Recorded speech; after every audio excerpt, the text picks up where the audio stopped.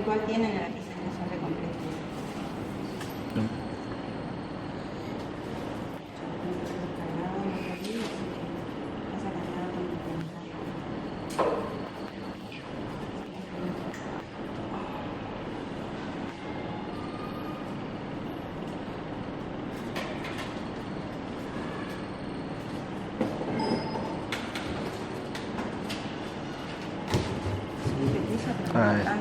Ahí estamos. La idea de complejidad no es que podemos, no es la idea de ver todo lo que corresponde a complejidad, sino una introducción nada más a complejidad. Para hacer una complejidad formal necesitamos manejar muchos conceptos matemáticos, ¿sí? Muy fuertes, porque en realidad lo que hacemos en un estudio de complejidad correcta es de alguna manera evaluar nuestro algoritmo en función de determinar fórmulas matemáticas que de alguna forma representan todo el proceso del algoritmo. De cualquier forma vamos a intentar ver algo muy pequeñito que son las nociones de órdenes elementales, ¿sí? Pero un estudio de complejidad puntual, bien hecho, implica mucho uso de esa matemática, de la lógica matemática, de la combinatoria, del formuleo. Que en realidad, cuando nosotros estamos mirando desde el punto de vista del ingeniero en sistemas de información, de aplicaciones, en realidad vamos a ser desarrolladores, vamos a diseñar sistemas, pero no sistemas de computación, sistemas de información. Entonces, no necesitamos tanto nivel de análisis de nuestros sistemas. Vamos a hacer mucho más prueba y error, en realidad, que análisis detallado de un sistema, ¿sí? Entonces, debido a eso, a ver si este es, no, este no es, me va a traer el otro campus.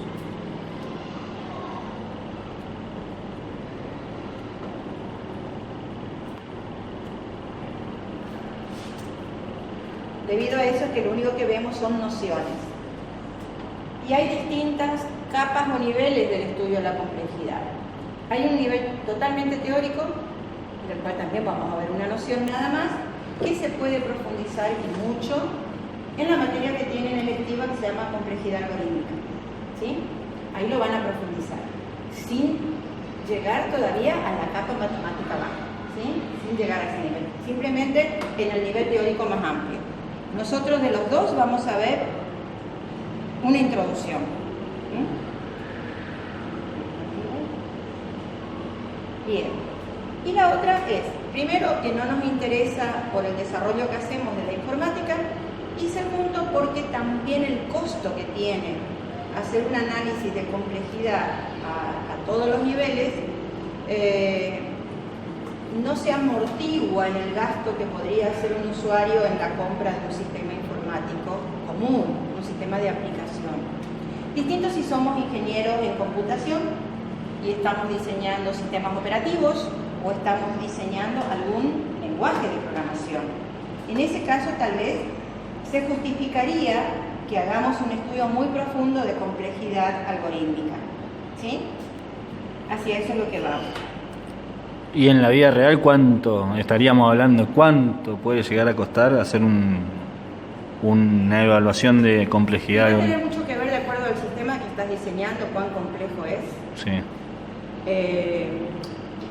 El sistema complejo, en qué entorno, si es un entorno local, es un entorno vía web, o sea, una multiplataforma, ¿sí?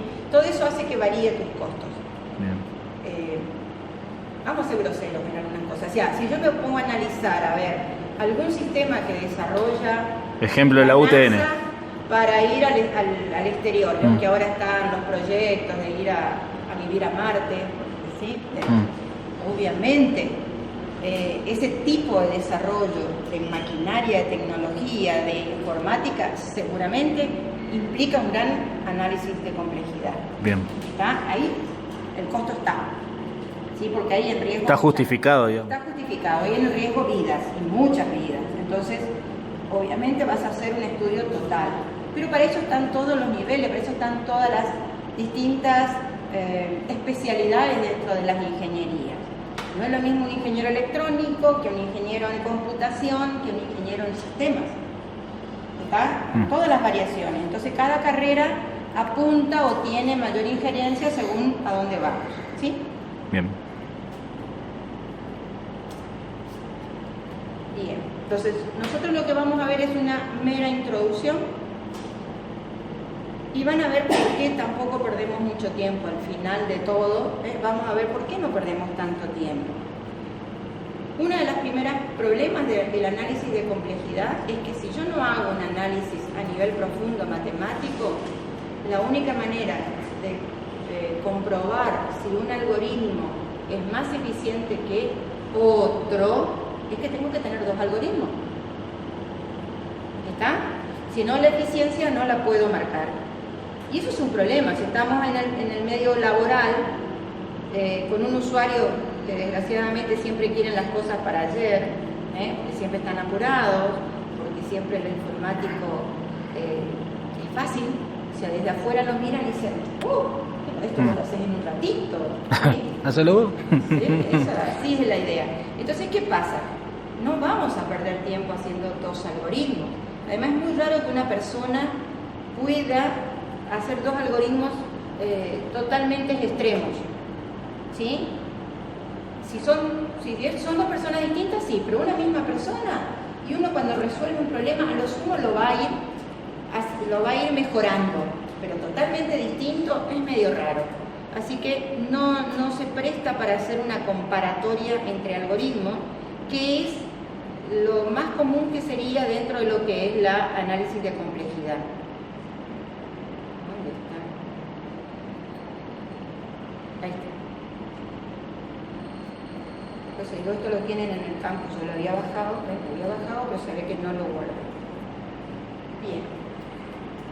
Empecemos. Entonces, ¿qué dice ahí? La primera pantalla es lo que estamos hablando recién.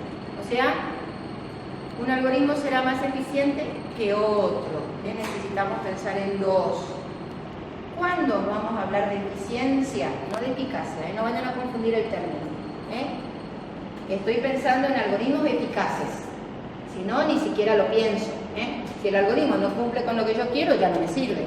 Así que, si yo tengo dos algoritmos eficaces, podría entrar a comparar entre ellos a ver cuál es más eficiente que el otro. ¿Sí? ¿Y cómo lo voy a medir a eso? Y lo voy a medir desde dos puntos de vista. La cantidad de memoria que voy a usar entre los dos algoritmos y el tiempo de ejecución. Y esto a veces es bastante complejo, porque por ahí tengo un algoritmo que me ocupa mucha memoria, pero es más rápido que el otro. O viceversa, me ocupa, es menos lento o más rápido, pero ocupa menos memoria. O sea, en realidad nunca está el ideal total, ¿sí? Nunca digo tengo el algoritmo perfecto. Es una utopía, ¿no es cierto? El que ocupa menos tiempo y el que ocupa menos memoria. Imposible. Eso nunca ocurre, ¿sí? Siempre hay un punto de equilibrio entre memoria y tiempo de ejecución. Y cuando vamos a hablar, en realidad, de lo que sí podemos medir, que es muy importante dentro de los criterios de complejidad o de medición, es un criterio que no tiene nada que ver con la matemática y que tiene mucho que ver con la forma en que cada uno programa, y que es la simplicidad que yo voy a hacer en la programación. Este criterio de simplicidad hace de que cuando yo escribo un algoritmo trate de hacerle lo más legible posible al usuario, no al cliente, chicos, no es al cliente que recibe la acción, sino al usuario que me encargó el sistema, ¿sí? Al dueño de la empresa que lo va a usar con sus clientes, no, a el dueño. ¿Por qué? Y porque en la vida real lo más común es que yo haga un algoritmo hoy, hago un programa con esto, y el usuario, por mucho que lo haya hecho todos los cuestionamientos que yo quiera al usuario, de que haya tenido el tiempo perfecto para poder hacer un relevamiento, un reconocimiento de la empresa hasta el menor detalle, cuando empieza a ver los resultados del sistema que ustedes hacen, le empiezan a aparecer las nuevas necesidades. ¿Sí? Empieza con que, ahora que me hiciste esto, vos sabés que yo veo que podría, si es posible, hacer tal cosa, o me lo presentaste de esta manera, yo lo quisiera ahora verlo en el celular. ¿Está? O sea, a medida que nosotros vamos entregando el producto, le van apareciendo las nuevas necesidades del usuario. Y como todo esto lleva un tiempo, entre que el usuario lo prueba, lo mira, se da cuenta que le sirve, se da cuenta de las nuevas necesidades y vuelve, esto es una retroalimentación constante, vuelve otra vez al centro de cómputo, al desarrollador y le dice, mira, ahora quiero tal cosa, lo más probable es que las personas que hicieron alguno de los programas ya no están. O están haciendo otra tarea, entonces en este momento, él desarrolló el programa A, pero ahora en este momento él está totalmente tapado con otro sistema, entonces no le puedo volver a dar el programa A para que me lo reformule o me lo modifique, se lo doy a él. Que está libre. ¿Está? ¿Qué hace él? Él tiene que meterse en la lógica de cómo programó el compañero para poder entender lo que hacía el programa y poder hacer las modificaciones correspondientes. ¿Sí? Y eso es complicado. No todos tenemos la misma forma de pensar, por mucho de que dentro de todo en la materia lo hemos ido encauzando hacia ciertas estructuras como para que ustedes, medio caballito de batalla, ¿no es cierto?, vayan por este caminito.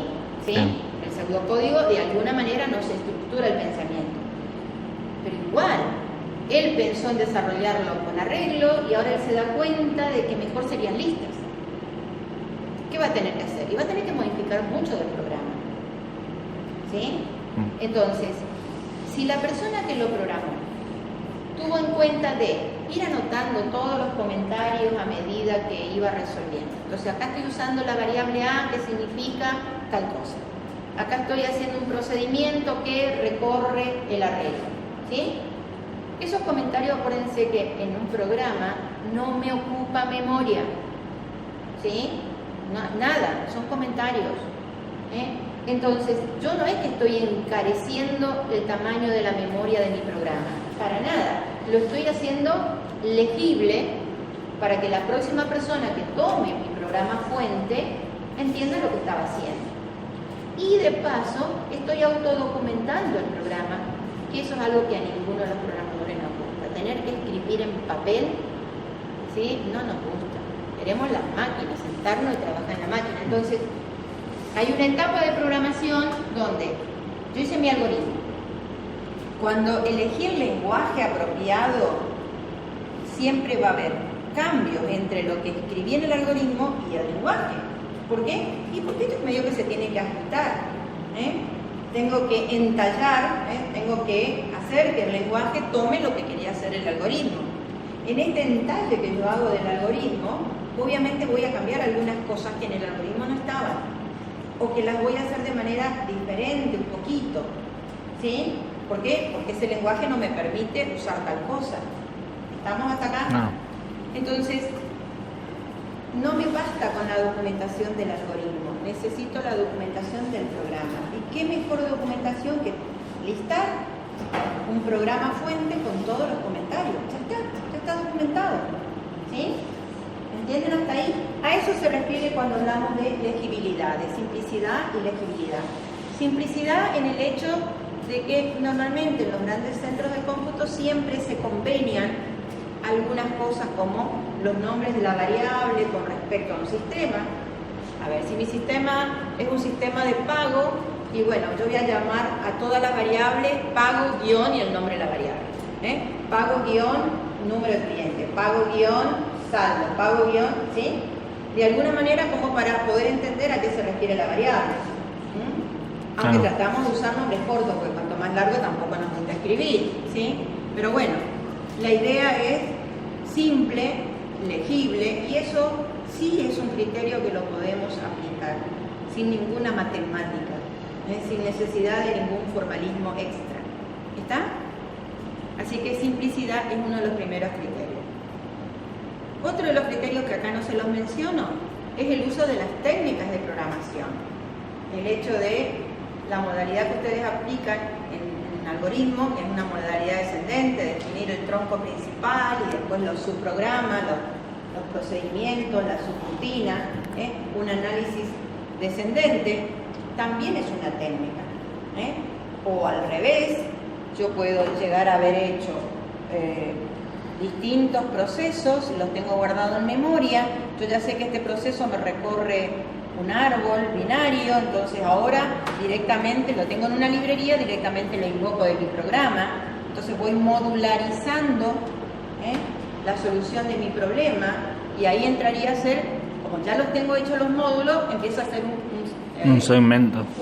Lo que empiezo a hacer es la modalidad ascendente de un programa, ¿sí? Ya tengo los módulos separados y entonces ahora los empiezo a armar al programa. Esas técnicas son aplicadas, ¿sí? No hay ningún problema. Pero, ahora, quiero medir la eficiencia de un algoritmo. Entonces dijimos, tengo dos cosas que medir. Tengo que medir memoria, ¿sí? Cuando hablamos de memoria, lo que vamos a ir hablando es de una complejidad espacial, el espacio de memoria. Y en el espacio de memoria tenemos que distinguir dos tipos de memoria. Una es la memoria que me viene dada en el ambiente de mi algoritmo, que esa memoria, como está escrita, yo puedo sumar las longitudes de cada uno de las definiciones que he hecho de las variables, de los registros, y entonces lo que voy a obtener es el tamaño de mi memoria estática. Fija. En todo programa, cada vez que lo ejecute, necesito mínimamente esa cantidad de memoria. ¿Sí? Yo puedo decirle, bueno, pero yo tengo un archivo de 5.000 registros. No importa, los 5.000 registros van a estar en el disco. ¿Cuántos registros a la vez leo? Uno. En mi memoria tengo uno a la vez. ¿Sí? Y eso lo tengo definido en mi ambiente. ¿Qué es lo que tengo definido en mi ambiente y que no va a coincidir con la realidad? El tiempo. Las listas. Los árboles. ¿Por qué? Porque se manejan en memoria interna. No, memoria interna. Lista es memoria interna, árbol es memoria interna. ¿Pero qué son? Estructuras dinámicas. Sí. Toman su tamaño en el momento en que ejecuto el algoritmo, el programa, ¿no es cierto? En mi ambiente, ¿cuánto hay? Yo cuando defino una lista, ¿qué defino? Un nodo. Cuando defino un árbol, un nodo. Entonces yo tengo el tamaño unitario, no tengo el tamaño real. ¿Sí? Entonces cuando hablamos de la memoria, hay que pensar en dos tipos de memoria. La memoria estática que está en el ambiente. Ni un problema, ese es el mínimo. Esa es, digamos, la base de memoria que yo necesito. A partir de ahí, para arriba, voy a ir ocupando más memoria si es que yo tengo definidas estructuras dinámicas. Si yo tengo definidas estructuras dinámicas, tendré que entrar a probar mi algoritmo, mi programa, y ver cómo va aumentando mi memoria. ¿Sí? Obviamente van a ser múltiplos de las longitudes que tengo en la unitaria. Si yo tengo 5 nodos en la lista y cada nodo tiene 100, bueno, va a ser 100, 200, 300, 400, ¿sí? Va a ser múltiplo de esto. Lo mismo en el árbol, pero en realidad ni siquiera puedo llegar a decir, a ver, siempre que ejecuto un programa que tiene lista, ocupo tanta memoria. ¿No? Porque hoy cargué una lista con 5 nodos, mañana cargo una lista con 20 nodos, o sea, va a depender de la cantidad de nodos que voy a cargar. ¿Está? ¿Entendido? Entonces, siempre... esto se me fue. Ahí está. Entonces, tenemos que mirar dos tipos de memoria para saber los tamaños de la complejidad espacial. ¿Sí? La estática y la dinámica. Estática, ambiente. Dinámica, en tiempos de ejecución.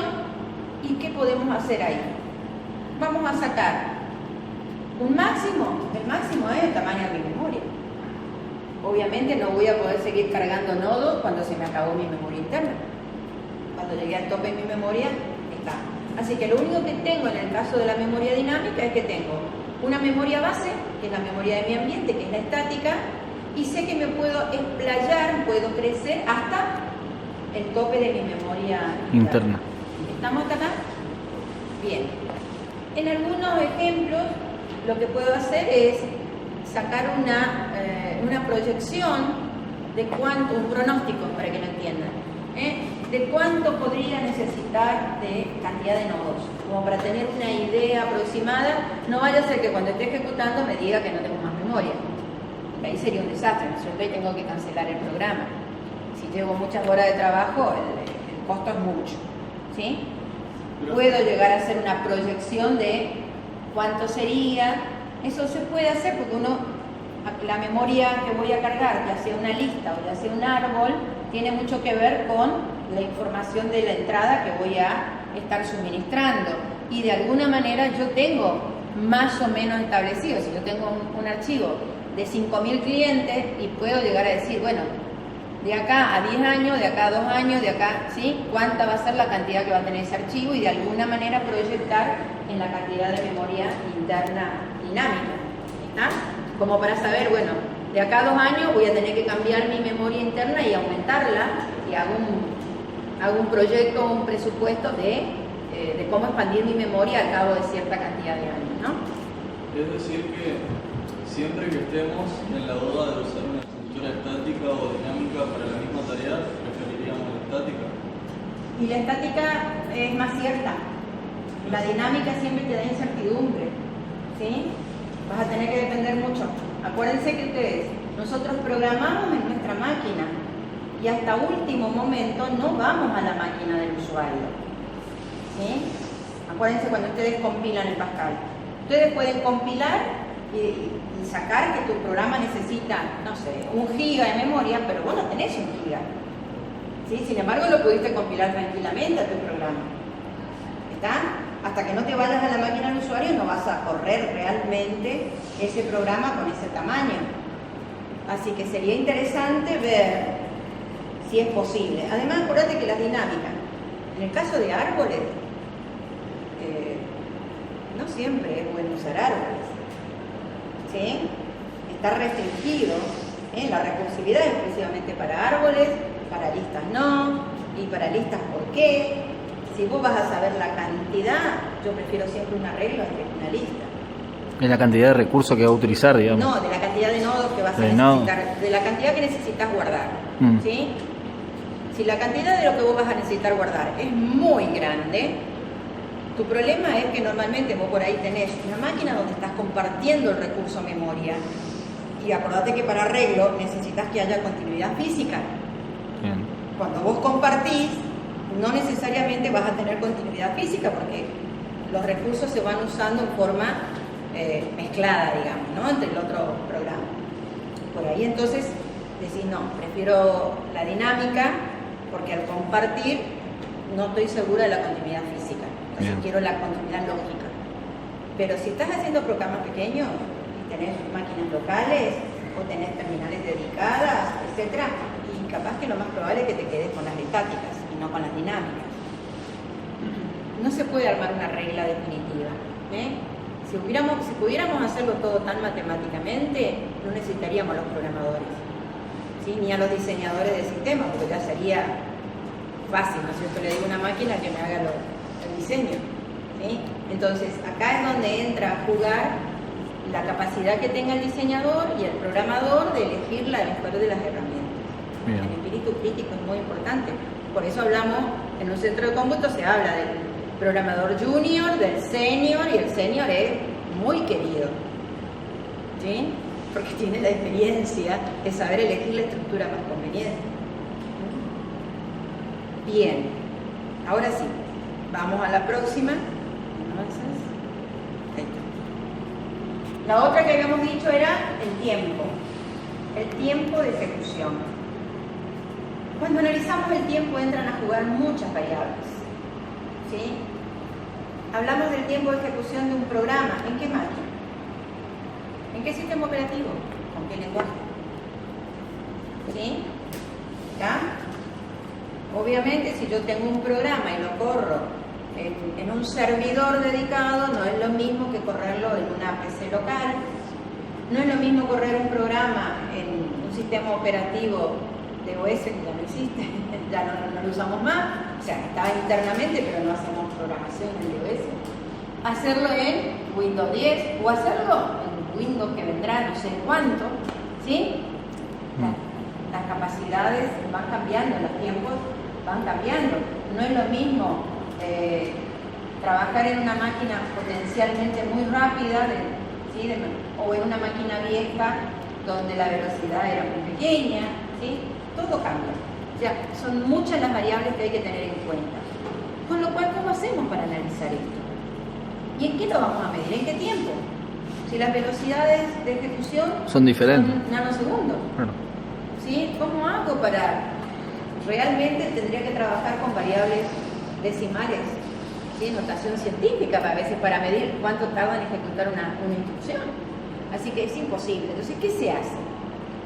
Se buscó determinar una unidad estándar de medida, que no es ni segundo, ni nanosegundo, ni hora, ni minuto, nada. Es medida, unidad de medida. ¿Está? Y que la vamos a llamar orden elemental. Esta es la famosa OE. ¿Sí? ¿Cómo hacemos esto? Bueno, para medir las OE, lo que se hizo es un convenio, una manera de estandarizar cómo hacemos para medir. Y se pensó, a ver, ¿cuál es la acción más simple que yo puedo hacer? La primera que aprendimos. Escribir. Los verbos elementales. Perfecto. Y después, la asignación. ¿Está? Son las dos acciones más simples. El hecho de leer algo o el hecho de escribir algo o la asignación. Entonces, esas acciones simples, que por eso se las llama simples, en realidad las voy a medir como una orden elemental. Son mi elemento base para medir los tiempos. Orden elemental.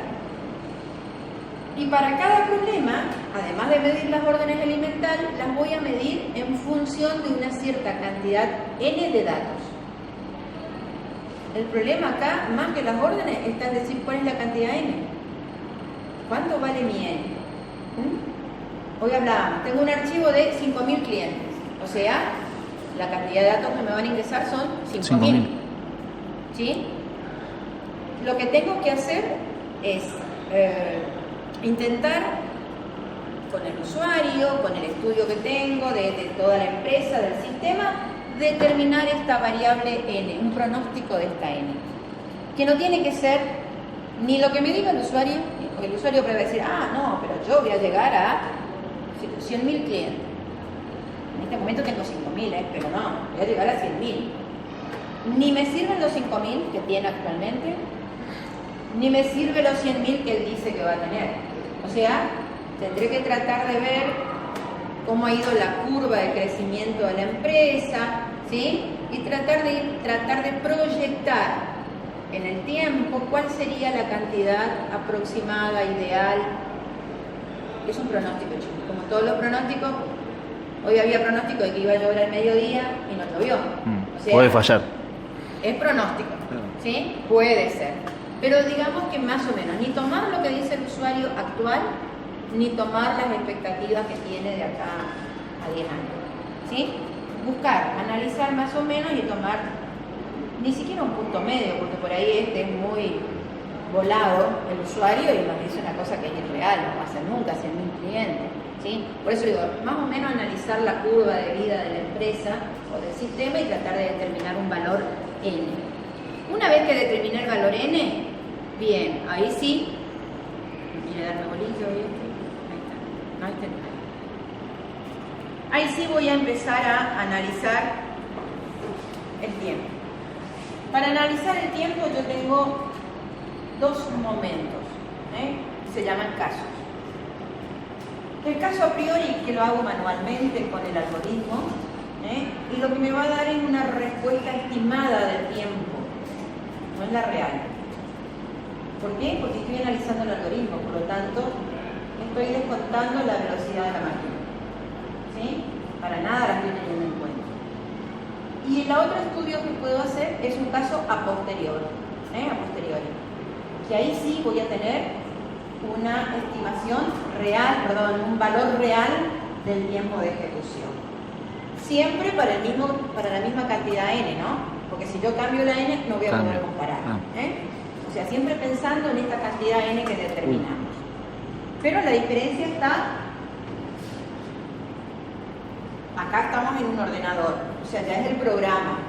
Por lo tanto, acá jugaron muchas variables. Jugó el hecho de que lo convertía el algoritmo en un lenguaje, ¿sí? De que lo corría en una máquina determinada, entonces, y para esta cantidad de datos. Mientras que en el caso a priori, yo lo único que hago es analizar el algoritmo. ¿Todo esto sigue siendo en el periodo de prueba del algoritmo? Todo esto en el sí, siempre y cuando en el periodo de prueba o en el periodo de tu análisis del sistema, porque acuérdate que estás haciendo análisis de complejidad. Si no se justifica, no lo vas a hacer, porque todo esto te demanda mucho tiempo. ¿Sí? Hombre en el caso de a priori y tiempo máquina en el caso de a posteriori. Podrías juntar las dos cosas cuando haces tus pruebas piloto y hacer el posteriori. ¿Sí? Pero ya te digo, la idea del análisis de complejidad es bastante sui generis en las aplicaciones comerciales. ¿Sí? Tiene que ser muy riesgoso tu algoritmo como para que vos realmente justifiques hacer todo un análisis de complejidad. Bien, ¿hasta acá? ¿Alguna duda? ¿Sí? ¿Queda claro, chicos, hasta acá? Bien. ¿Cómo hago para estudiar? Estos son los dos momentos en que yo estudio el tiempo.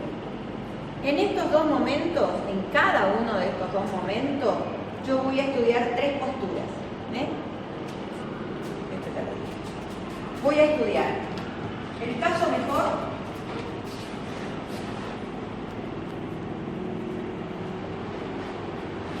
¿cuál considero el caso mejor?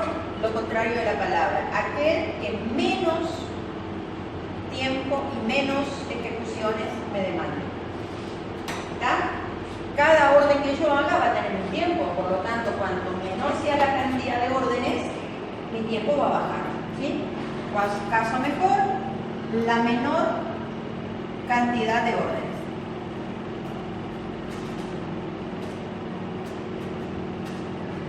¿Está? Caso peor.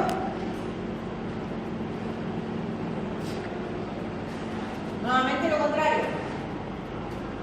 El caso peor va a ser el que tiene más tiempo de ejecución, con lo cual aquel que ejecute la mayor cantidad de órdenes. ¿Sí? Fácil de acordarse, fue lo contrario de lo que estamos hablando. O sea, acá va a estar la mayor cantidad de órdenes. ¿Sí? Y un caso medio, que en realidad lo puedo estudiar matemáticamente, pero la diferencia entre el estudio matemático y el promedio es muy pequeña y en realidad me cuesta estudiarlo formalmente porque tengo que hacer toda una fórmula matemática. Entonces, ¿qué hago? Lo estudio como caso promedio de los dos anteriores. El promedio del caso mejor y el caso peor. ¿Está? Y no pierdo tiempo. Analizar mi algoritmo renglón por renglón, asignándole un valor de unidad de medida, una orden elemental. ¿Sí? Entonces, vamos a hacerlo con un algoritmo para que lo entiendan. Y en realidad está hecho en Pascal, pero podría ser algoritmo puro. ¿Sí? Estamos estudiando tiempo. Así que hay una parte del algoritmo o hay una parte del programa que no la miro. ¿Por qué? Porque se refiere a memoria. Es decir, yo recién voy a estudiar en esta parte mi algoritmo. ¿Sí? Todo lo de arriba es ambiente, no lo miro. Y en realidad acá lo que voy a estudiar es un procedimiento. ¿Por qué? Porque si mi algoritmo tiene acciones y tiene procedimientos, cuando yo invoque al procedimiento, estoy invocando al tiempo que dura ese procedimiento. Entonces, lo que hago es estudiar cada procedimiento por separado y después estudiar el algoritmo general. ¿Está? ¿Cómo hacemos esto? Bien, fíjense ahí numeramos las órdenes, ¿no? Cada renglón, por eso es conveniente no escribir muchas órdenes en un renglón, sino escribir una por una, a pesar que el lenguaje nos permita, para poder estudiarlo de forma mejor. Cada renglón le puse un numerito, 1, 2, 3, 4, 5, ¿sí? Es el asterisco. Y a cada renglón le estoy poniendo un valor. Vamos a analizar por qué ese valor. Por supuesto, ¿quién no va a tener valores? Las órdenes que son de cierre cierre de los procedimientos o de cierre de los ciclos. Eso no tiene. El único cierre que tiene valor es el cierre del repetir, que el encabezado no va a tener valor, ¿sí? Pero si no, todos los otros cierres no tienen valor. Bien, fíjense en el primer renglón. ¿Qué es lo que estoy haciendo en el primer renglón? Una asignación. Una asignación. Es una acción elemental. Acciones elementales valen 1. Por lo tanto, le pusimos 1. Si ustedes miran en el tercero, también tengo una asignación. ¿Pero qué diferencia hay? Hay una operación. Ya son ¿Cómo 2. resuelve la máquina esto? ¿Traslada el 1 o traslada el resultado de la suma? Traslada el resultado de la El suma. resultado de la suma. O sea, primero tiene que hacer la suma. Esa es una acción. Y después tiene que trasladar. Esa es otra acción. Con lo cual, la operatoria me demanda un 1 de orden elemental y la asignación me demanda otro 1. Con lo cual, esta orden vale 2. Si hay más operaciones, ocupa más tiempo. Ocupa más tiempo. Lo único que no tengo en cuenta en una expresión de operaciones algebraicas son los paréntesis, que simplemente están para hacerte acordar cuál es el orden de la operatoria. Pero después, cada operatoria que vos tenés es un tiempo. ¿Sí? Porque la máquina no la va a resolver toda en una sola, la va a resolver más o menos como vos la resolvés. Si vos tenés que A le sumás B por 5, primero vas a hacer el producto, después vas a hacer la suma y después vas a hacer la asignación. ¿Está? Humanamente lo hacemos así, también lo hace la máquina así. Así que en ese caso, ¿qué tendríamos? ¿Cuánto valdría esa orden? 1, 2, 3. ¿Sí? ¿Se ubican hasta acá? Bien. Cuando tenemos un condicionante, o sea, cuando me aparece en un condicional el símbolo de pregunta, si me aparece un solo símbolo, vale 1. O sea, ahí tengo un igual, vale 1. Pero si me aparece un menor igual o un mayor igual, Son 2. vale 2, porque hay 2 operatorias. ¿Está claro hasta acá? Bien. Pero ustedes van a ver que ahí, a pesar de que me aparezca uno solo, tengo un igual. Y un condicionante. Ustedes miran, mide 2. ¿Por qué mide 2? Porque es un condicional que tiene. No, el condicional es uno solo. Es el igual. Yo mido lo que estoy preguntando. O sea, la palabra if o el sí me está indicando que es un condicional, nada más. El arreglo. Claro. Tengo arreglo. Tengo un arreglo ahí. Entonces, ¿qué tiene que hacer la máquina? Tiene que ir a buscar a esa posición. Tiene que ir a buscar Juan a la J, qué valor tiene la J, para luego trasladarse a la posición sub J del arreglo. Por lo tanto, cada vez que use un subíndice, sumo 1. Si en vez de ser un vector fuera una matriz, valdría 2 unidades. tengo 2 subíndices, si es una matriz de 2, perdón, no aclaré, tendría 2 subíndices, vale 2, más la pregunta, 3. Claro. ¿Entienden hasta acá? ¿Sí? ¿Eso qué hace? Eso empiecen ahora a fijarse. Por ahí el profesor Volati se los habrá dicho en algún momento. Cuando yo en una pregunta, ¿sí? En un condicional, ¿se acuerdan del de el ciclo de búsqueda lineal con centinela? ¿En un arreglo? ¿Cómo es el ciclo lineal con centinela? Tenemos un mientras, ¿sí? Mientras x menor que n, x mi valor de posición, ¿sí? Y sí, vamos a suponer que sea a sub x distinto, menor, mayor, etcétera, que, no sé, que b.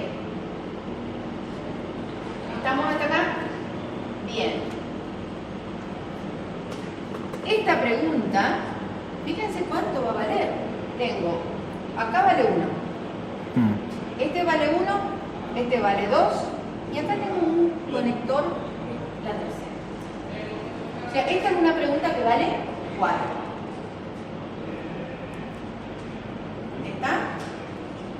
Ay, ya la tenía. Disculpe. El while. Esta pregunta vale 4.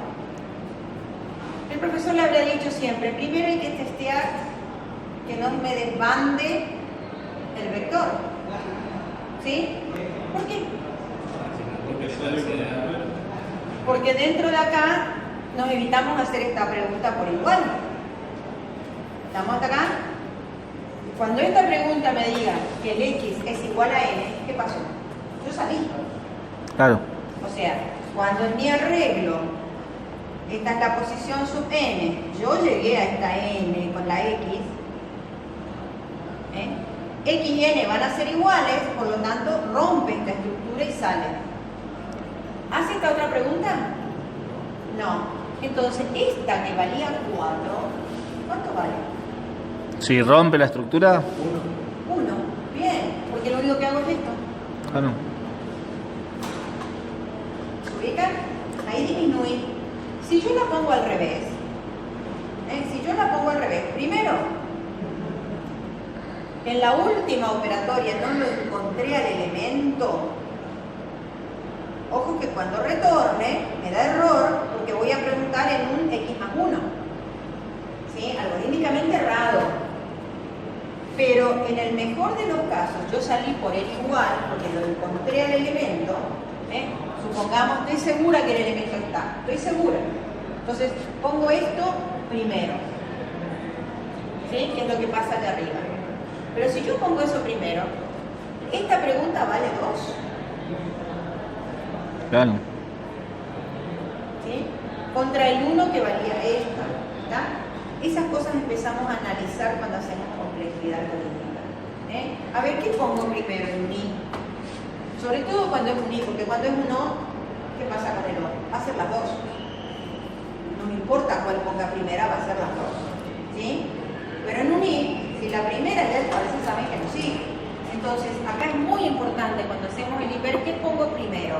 Primero por el error algorítmico que pueda tener y la otra porque voy a reducir el tiempo de ejecución de esa orden. ¿Está? Eso para que lo tengan en cuenta. Bien. A veces no podemos cambiar y necesitamos poner la pregunta primero, otras veces la podemos cambiar. Lo mismo va a ocurrir cuando hagan recorridos, búsquedas en las listas o búsquedas en los árboles. ¿Sí?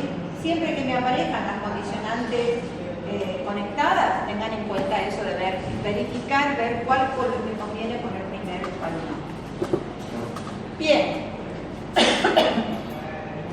Bueno, fíjense que allá fuimos poniéndole a cada orden el tamaño de cada orden. ¿Sí? ¿Ahí quedó entendido? Ahora vamos a analizar. De aquí. Caso mejor. ¿Qué implicaba? Menor. La menor cantidad de órdenes. ¿Cómo puedo hacer para que este algoritmo resuelva lo menos posible? Sumar las OE. Bien. Obviamente la primera asignación la puedo evitar. No. Todo aquello que esté fuera de un ciclo lo voy a hacer siempre, no hay manera de evitarlo. ¿Está? Si acá fuera de este ciclo tuvieron escribir, tuvieron mostrar, tuvieron leer y no lo puedo evitar. ¿Qué voy a poder evitar? Lo que está dentro de un ciclo o lo que está dentro de un condicional. ¿Sí? Bien. Entonces, para que sea el caso mejor, yo debería decirle que este while tendría que hacerse 0 veces. ¿Es posible con un mientras? Sí, porque la cantidad de veces de un mientras va de 0 a n. Si ahí hubiera puesto un repetir en vez de un mientras, ¿cuál sería lo menor? 1, porque siempre voy a hacer como mínimo una vez. ¿Está? Y si hubiera puesto un para, el caso mejor y el caso peor van a ser iguales. Es cierto que mi algoritmo tenga después alguna otra cosa, pero en este algoritmo, si ustedes se fijan, el sí que tengo, tanto por la verdad o por la falsedad, la acción que tengo vale 1. O sea que acá el sí no me importa, voy a hacer un pedazo del sí. Acá lo que me está jugando es el mientras que tengo arriba. Si ese mientras lo pasara por un para, y el caso mejor y peor son los mismos. Vale lo mismo. ¿Está? ¿Entendido? Bien. Pero acá sí, como tengo un mientras, puedo pensar en ver cómo.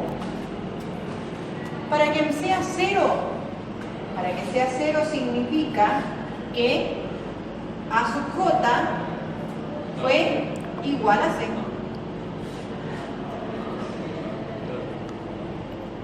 ¿Sí? O sea, lo encontré en la primera posición. ¿Está? Estoy buscando el elemento, lo encontré en la primera. Este sería el caso mejor. Esta es la condición o el criterio para que sea el caso mejor.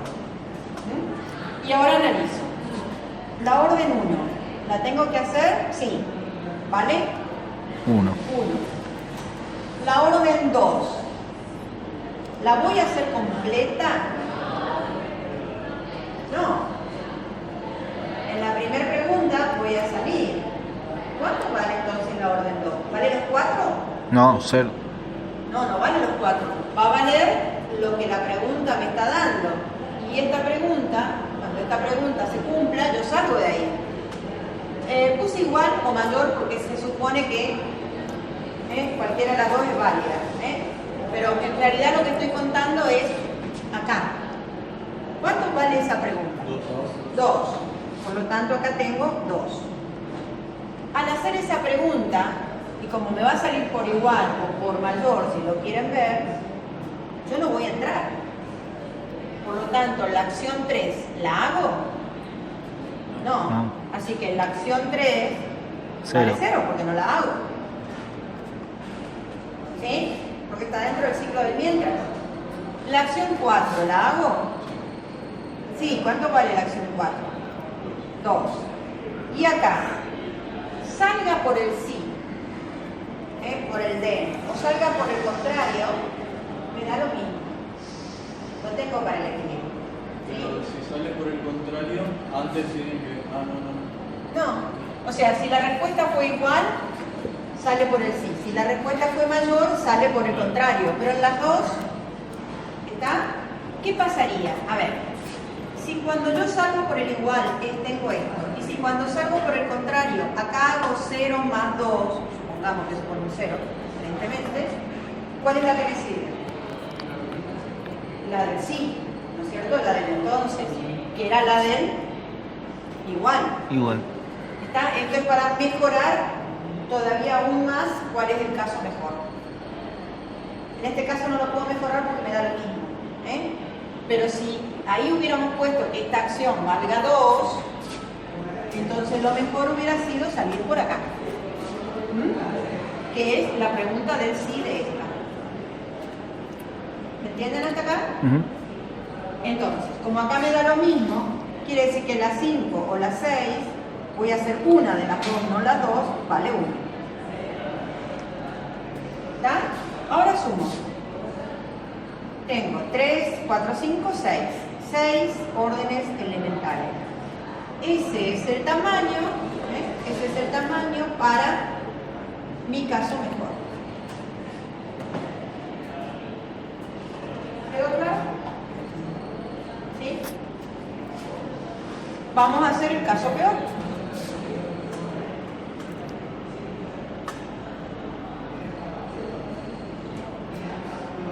¿Qué pasaría con el caso peor? Sale por la segunda. ¿Sí? O sea, siempre la primera le va a dar verdadera y va a salir por la segunda que le va a dar falsa.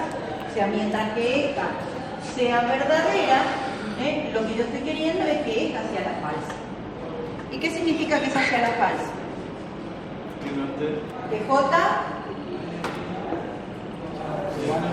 igual a N. Acá no es ni igual ni mayor, acá es igual. Porque como la J va creciendo de a 1, ¿sí? No puede llegar a ser mayor si primero no pasó por el igual. ¿Sí? Así que acá vaya a salir por esta, J igual a N. Bueno, analicemos. Orden 1, ¿la tengo que hacer? Sí. ¿Cuánto vale? ¿La 1? No, 1. 1. 2, ¿la tengo que hacer? Sí, vale 4. La orden 3, ¿la voy a hacer? Sí, vale 1. Se hace n veces. ¿Y esto cuántas veces la voy a hacer? No, la orden 3 valía 2 con el más. Ay, perdón, valía 2. Sí, valía 2. Esto lo voy a repetir hasta que se cumpla esto. O sea, n veces. ¿Seguro que es n? Probemos. N menos 1. Supongamos que tengo un arreglo que tiene 3. Yo empiezo con la J que vale 1. Mi N vale 3. ¿Está? La primera vez entro y a J le sumo 1, o sea que me pasé acá. Salgo, me dice, esta me sigue diciendo verdadero, pero la J no es igual. Así que entro,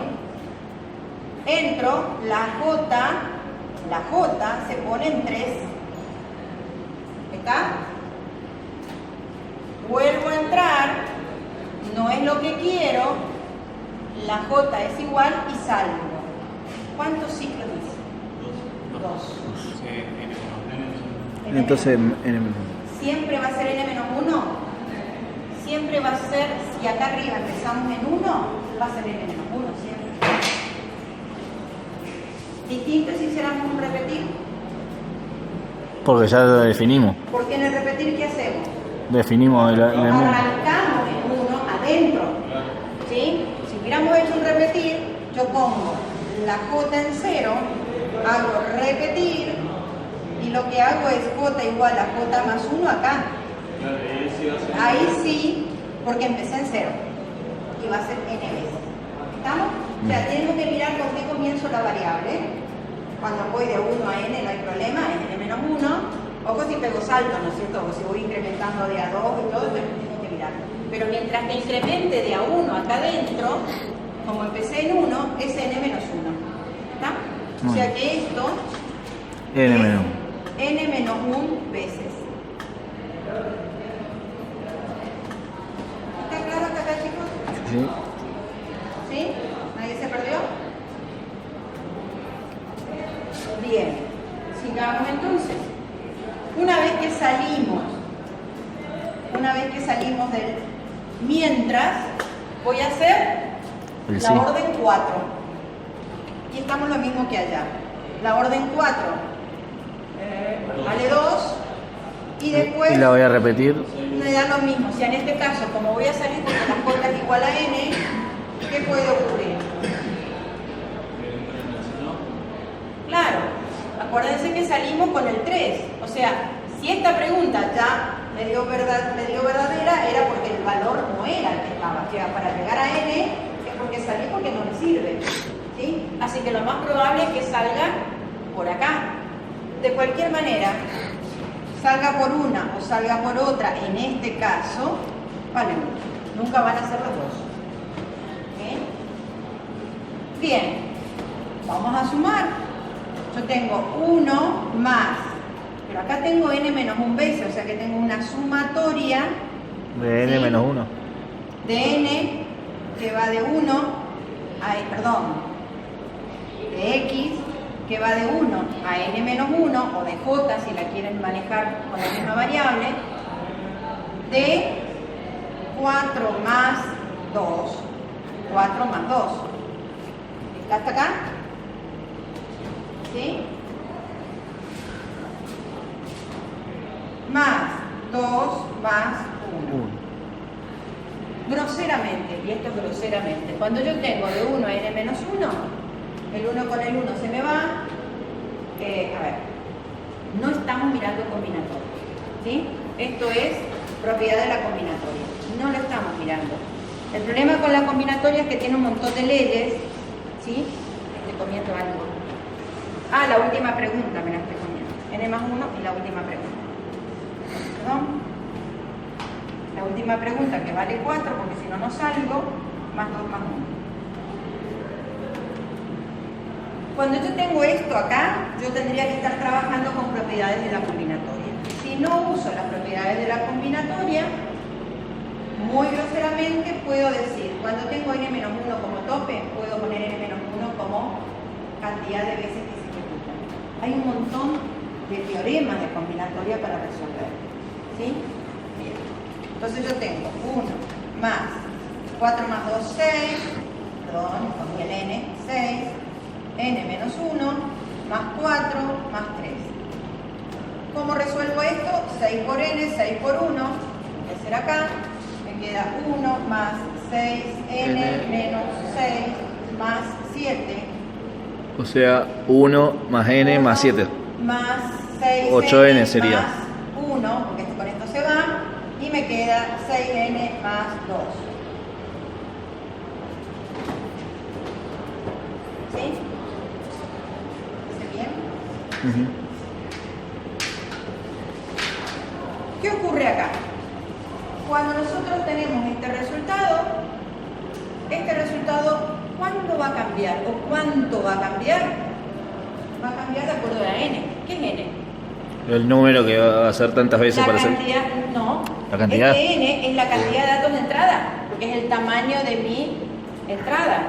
Es el n que estuvimos buscando que sea lo más pronóstico posible. ¿Sí? Ahora, fíjense entre este valor y este, no lo pusimos acá, perdón. Acá va a ser 6n más 2. Este valor y este valor depende de la n. ¿Aquel valor depende de la n? No. No, aquel es un valor constante. ¿Sí? 500, 1000, 2000n va a ser siempre 6. Cuando yo termino de estudiar esto, lo que voy a encontrar es lo que se denominan las asíndotas. Es el estudio de complejidad en función de curvas. ¿Sí? Si yo lo graficara, lo que estoy diciendo, acá tengo 6, mi curva va a ir. Si tengo 10, voy a tener 60 más 2, 62. Pongamos que 62, vamos a hacer más cortito. 62 está por acá. Si tengo 100, tengo 602. Voy a estar por acá, ¿sí? 602. Entonces lo que uno hace es medir los tiempos y lo que voy encontrando, ¿sí? Es cómo se manifiesta la curva. ¿Está? De crecimiento de mi algoritmo. En función, esto era 10, vamos a hacer un poco más lejos, ¿no? Esto va a venir por acá y acá tengo 100. ¿Sí? Horrible mi dibujo, ¿no? Ese no es horrible, porque horrible.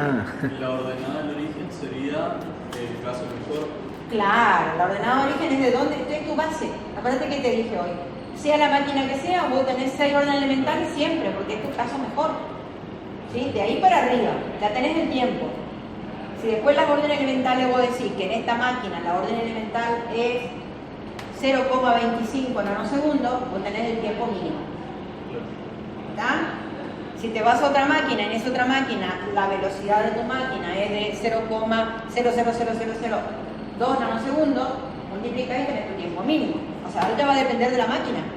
Vos sacaste una unidad estándar, la pasás a la máquina que vos querés, o sea, mirás la velocidad de tu procesador y podés llegar a medir el tiempo de ejecución en valores de segundos o de horas, dependerá. ¿Está? Ahora, ojo, este es un procedimiento nada más. Yo puedo tener todo un programa. Cuando yo invoco a este procedimiento, ¿cómo se llamaba el procedimiento? Buscar. ¿Sí? Acá está el nombre del procedimiento. ¿Sí? Buscar. Cuando en mi algoritmo me diga buscar y le pase todo lo que le pase, y esto se lo mande a alguna variable, etc., ¿yo qué voy a contar en este renglón? En este renglón lo que voy a contar es que el procedimiento mide mínimamente 6. Cuando estudio el caso mejor. Que este procedimiento, cuando estudio el caso peor, vale 6n más 2. ¿Se ubican hasta acá? ¿Sí? Y entonces voy estudiando por separado los procedimientos y después los tengo que estudiar dentro del algoritmo para medir el algoritmo. ¿Sí?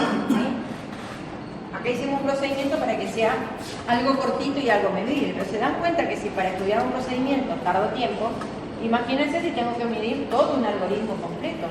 ¿Cuánto tiempo voy a tardar humanamente Por eso en lleva tiempo. analizar esta complejidad? Por eso es que hay que ver si se justifica o no. ¿Hasta acá me siguieron? Ujú.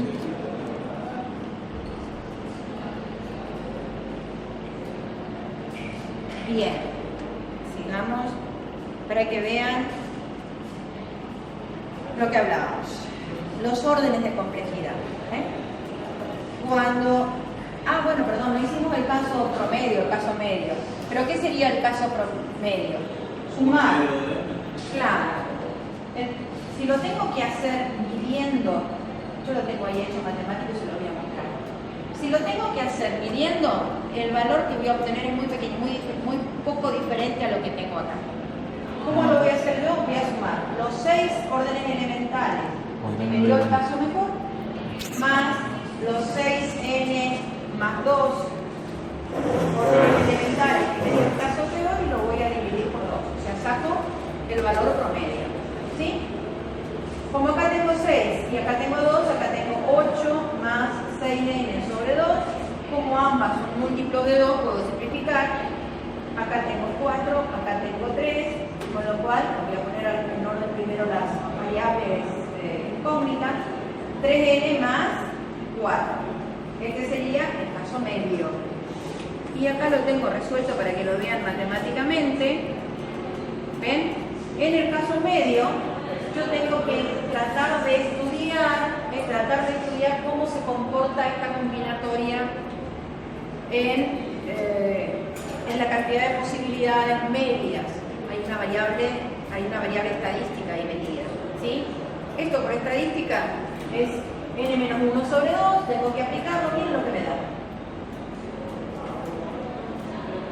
¿Está distinto? ¿Cuánta Sí, pero diferencia tenés? por una nomás.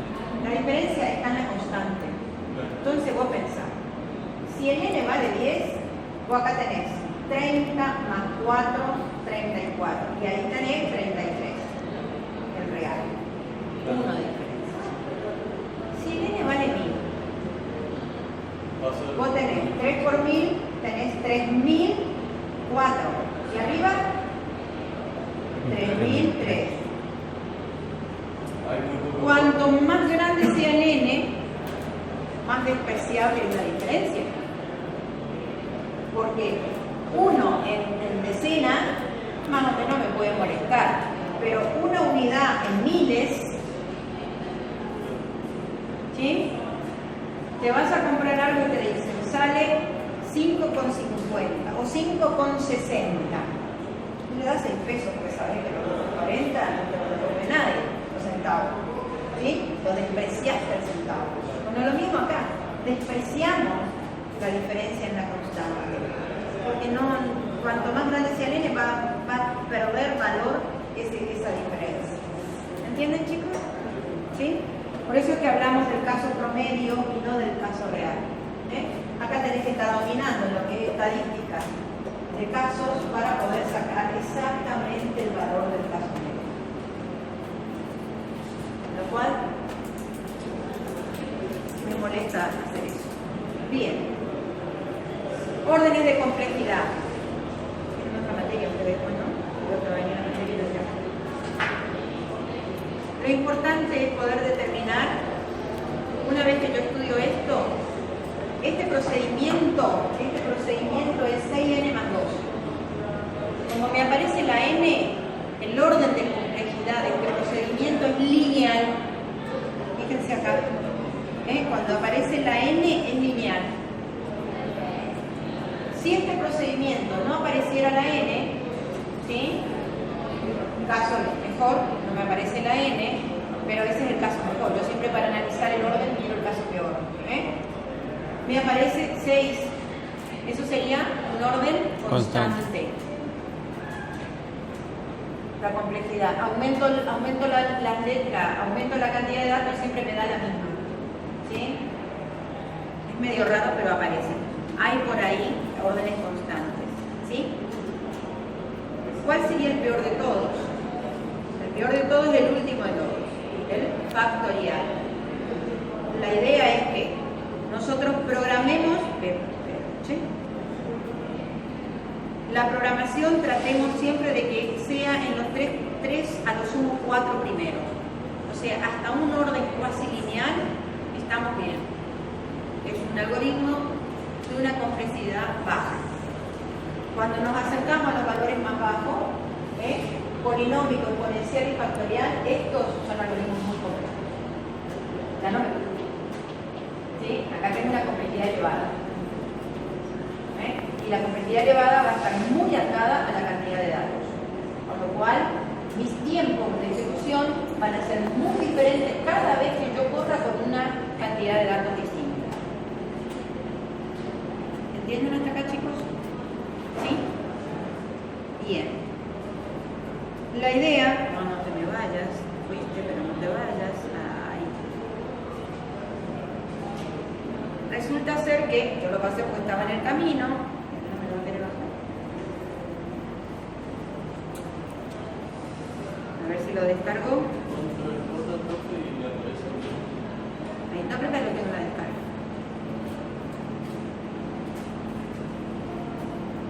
Hay un teorema. Sí, los dos tuvimos el mismo profesor, la misma forma de aprender. Lo más probable es que el algoritmo que él haga y el algoritmo que yo haga, la diferencia sea mínima. La diferencia sea en una constante. Y como dijimos, despreciamos las constantes. No van a variar. Entonces, lo que dice este algoritmo, léanlo en castellano acá abajo. Si yo tengo dos algoritmos, dos implementaciones distintas, lo más probable es que la diferencia entre las dos sea una constante multiplicativa. Que como es una constante, es despreciable. Y si es despreciable, ¿para qué me preocupé en gastar recursos humanos, tiempo humano, en ver si él era más eficiente que yo, si al final es lo mismo? Ya algo. ¿Está? Al final, no vale la pena. Gasté un recurso muy caro en analizar la complejidad o no de dos algoritmos distintos cuando en realidad la diferencia es mínima. ¿Sí? Y por eso es que no hacemos estudio de complejidad los que desarrollamos aplicaciones. Directamente la experiencia, la cantidad de práctica que tenga una persona en hacer algoritmos o programas va a hacer que sea más eficiente o no. Por eso digo, el criterio más importante es el primero que vimos. Que mi algoritmo sea simple, que mi algoritmo sea legible, que sea autodocumentable, como para que entonces en cualquier momento yo pueda hacerle mantenimiento. Bien. Si les quedó alguna duda,